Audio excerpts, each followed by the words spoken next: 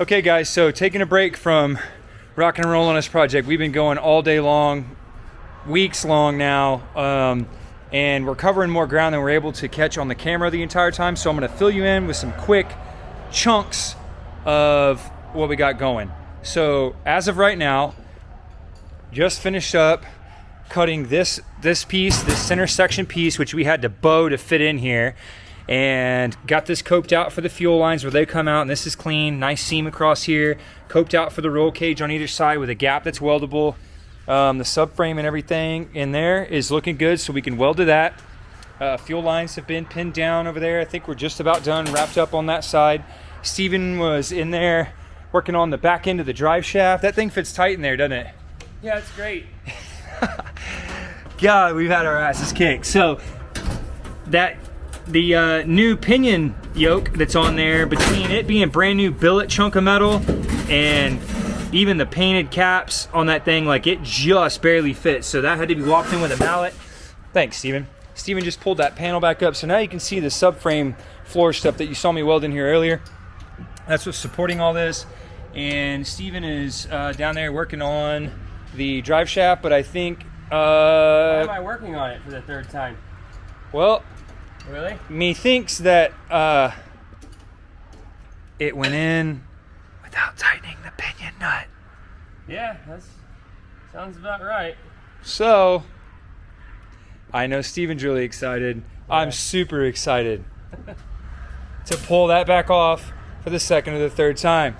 Steven got the brake pedal set up underneath here, which we still need to chop and section and move over somewhere in here so that the gas pedal will fit. We still don't have the rivet nuts in the doghouse of any sort. That still has to happen. Seat's got to be mounted. Rear bar needs to be put in this for the seat belts, but it turns and fires and starts with the key. We're almost to the point where if we reach in there and grab the shifter with it running in a drive shaft, we would basically drive it through that back wall uncontrollably because the brakes aren't bled. I did build a brake line. Oh yeah, Steven built a brake line earlier that runs down here. We've got our super unbelievably awesome master cylinder installed. We're going to bleed the brakes tomorrow.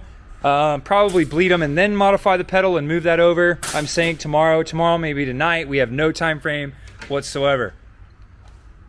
Because we're out of time. We're out of time. That's where we're at. And that is exactly why I took a break to explain to y'all what's going on. We're gonna try to provide as much fill as humanly possible so that you can see what's going on with the process of this car. Try and describe as many things as possible as it's being put together. But quite literally, we're just running out of time. So we're gonna do all the filming that we possibly can. It is really difficult to film and to work at the same time. We've crashed the drone once or twice and replaced the helicopter blades. We've had the battery go dead on the thing. We had the wrong SD card in there. Y'all bear with us. We're rocking, we're rolling. We're gonna make it to Indy. We're doing everything we can. Oh yeah, Steven's got an update. He just finished these a little while ago, which we did not film either. No. So what do you got there? Canooner valve? Yeah, if you come through the front over here. Let me come to the front over here. Probably see. Oh, mira. Bolt like that. So this is going to be our anti-wrap bar. Everyone who knows anything at all, and even people who don't know anything about suspension, have commented on this multiple times. Hey, that axle's gonna hop up and down uncontrollably. You know what? You're absolutely right. So to prevent it from doing that, the only thing that we can do, because we're out of time, the ring gear in this car is literally like, if you ever ridden an E-Z-GO or been to a golf course, know that the rear differential in that golf cart is at least as stout as the one in the back of this car. So everyone out there, know, we did not build the rear axle in this thing. We did not want to take this little bitty rear axle all the way to Indiana and have it blow up in front of everyone and them say, those guys suck. They built that axle. We didn't. We Lincoln locked it. It's got a ring gear that's about 3/4 of an inch wide. It's 8 inches in diameter. It's not good. So we're really hoping it doesn't get any traction. We especially don't want it to do any hopping. So what we're doing is we're installing some anti-wrap bars on this thing so that hopefully it gets, one, zero traction, because most of the time anti-wrap bars do not work very well if they're fixed. You need what's called a torque arm. If y'all have seen the demo CUDA over there, we actually got with Brandon whenever that was coming together and recommended, hey, put a torque arm on that thing where it's fixed on the axle side and has a shackle on the front. That way you get some movement as the axle compresses the leaf spring and the shackle moves back, that arm is able to move and grow, if you will. Scrub is what that's called in suspension terms, with that piece, and allow the axle to still go through its full geometry and actually set down and gain some traction. These bars are designed to basically be rigid so that the pinion can't come up and down and smack like it really wants to. We're trying to keep that pinion from climbing so that the car just wants to spin the tires. But y'all don't judge us on the rear axle, because we've worked our ass off on the rest of this car, and it's the only dadgum thing that we wish was better built was the axle. I'm done talking about the axle. So that's where that's at. Steven just got the pinion pulled off over here. It's like an onion, but with a P, not nearly as tasty, and they do not grow in the ground. But this is our pinion yoke, and what we did not do was the things that we're fixing to do. We're fixing to put some pipe dope on the inside of the splines, that way it doesn't leak all the gear oil out of the front. We're gonna put some Loctite on the pinion nut, and we're gonna torque it this time, and we're gonna be done, and Steven is gonna be thrilled. Okay, I have to be done talking to you now because I've been out of time for a week. So.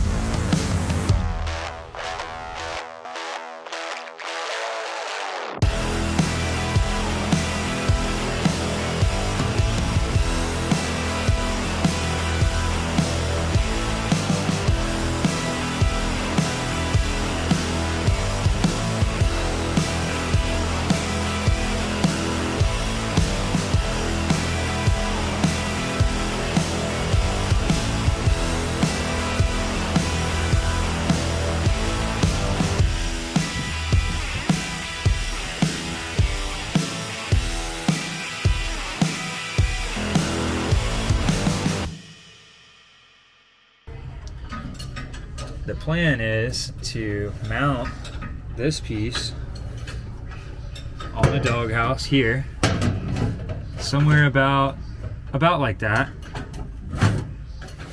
Get in here where you can see. So to mount it somewhere about like that, and the piece that originally was going this direction, we're gonna flip it over, and since it was cut off of there, it's the exact same length as that cut. So now that piece can sit on there, and that gets us away from the doghouse like we need over here. Then we're gonna take what's left of our accelerator, the actual pedal piece, and again, that cut, they came from the same piece, so those go together, and we end up with our pedal. Let me back this up so you can see it a little better. We end up with our pedal right about here. which leaves us plenty of room to the side of the tunnel, and maybe even re-index this thing to get it down a little further. So I'm gonna go and tack these pieces together and bring it back over here and kind of move the pedal through its sweep. And if it doesn't touch the floor, it gets right to the floor at 100% throttle, then I'll come back and mark the side of this, weld this bracket to the doghouse, and once the bracket's welded to the doghouse, then I'll be able to unbolt. I've just got one nut in there now, but it's got 3 studs that this sticks over, so in the event that this needs to be replaced or you just want to unbolt it to move out of the way, this steel bracket will be welded to the doghouse. Take the 3 nuts off, remove the entire pedal assembly, and rock and roll. Looking good with the correct offset now, jogging to the left, and everything that we need for this to lay up on the doghouse and sit with plenty of clearance for us to be able to accelerate. You may be asking, hey, that brake pedal looks dumb. Well, it's because it is dumb, but only for a short amount of time. What I've done is flipped it over and around, because that gives me the difference of the offset and the bushing this way, plus I get this crook that's in this already. So between flipping that around, between that and that, I've moved the entire assembly over a good, probably about 1 inch, maybe more. And so what the plan is now, and what we're thinking, is that if we cut this pedal right here in the middle of the field, this is big 1/2 inch bar that will weld really good and be really strong, even when we chop and modify it. The plan is to cut this in the middle of this field, the flat section here, and then flip this thing around. And what we're expecting is to get this same reveal from the center line down over, but on this side over. And that should give us plenty of room for a gas pedal and a perfect amount of room for brake pedals. Got the back wall piece in here, the back wall piece in over there. Welded these 2 side panel filler pieces in the corners to fill those sides. Just finished cutting this bad boy out. That tucks in there. That finishes off the center section. Now we're gonna trim the doghouse down, fasten that. Steven got his 2 straps in here to hold the fuel tank that he bent over and made. Trans coolers mounted.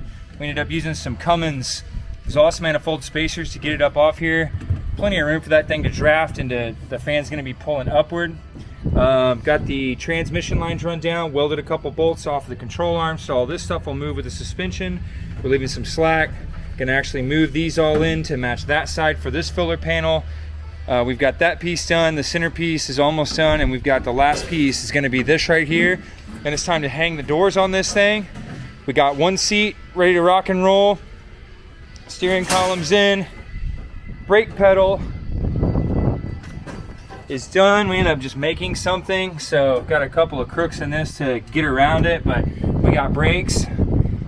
TPS mount welded onto the doghouse. We've already had the seat in here, and there is just enough room for a dude to do what we're gonna have to do inside here.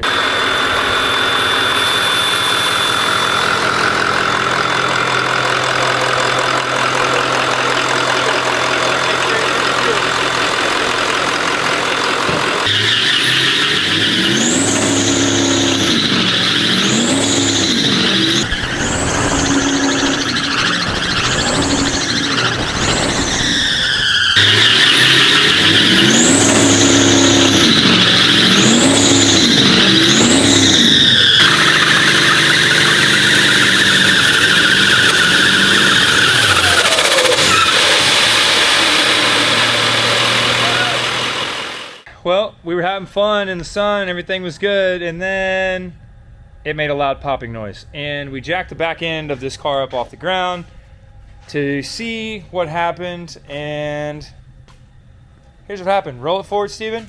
So right now you can see the tires rolling forward because we welded the spider gears on the inside, and it should be a posi. But check this out. If I grab this little tire and I hold it, you still going forward over there, Steven? Oh, yeah. See how he's still spinning over there? And we're not? It's because we done broke it. And that's where we're at. So, we are out of time completely. It's Thursday night, about 7 o'clock. The car's supposed to leave tomorrow morning, tomorrow afternoon, something like that. And yeah, so we're kind of effed. Well, kind of. Maybe not completely.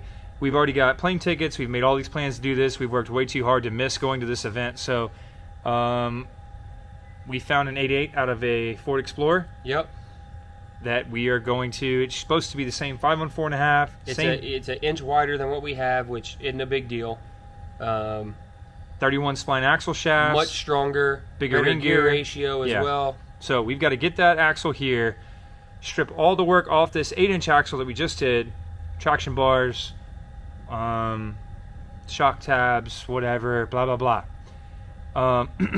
We got to get the 8.8, pull it apart, weld the spiders in it, so it's a posi, not a one-wheeler peeler. Then make spring perch mount pads. Traction bar mounts. Then traction bars. Swap a 1350 yoke in the front of it on the pinion. Yep.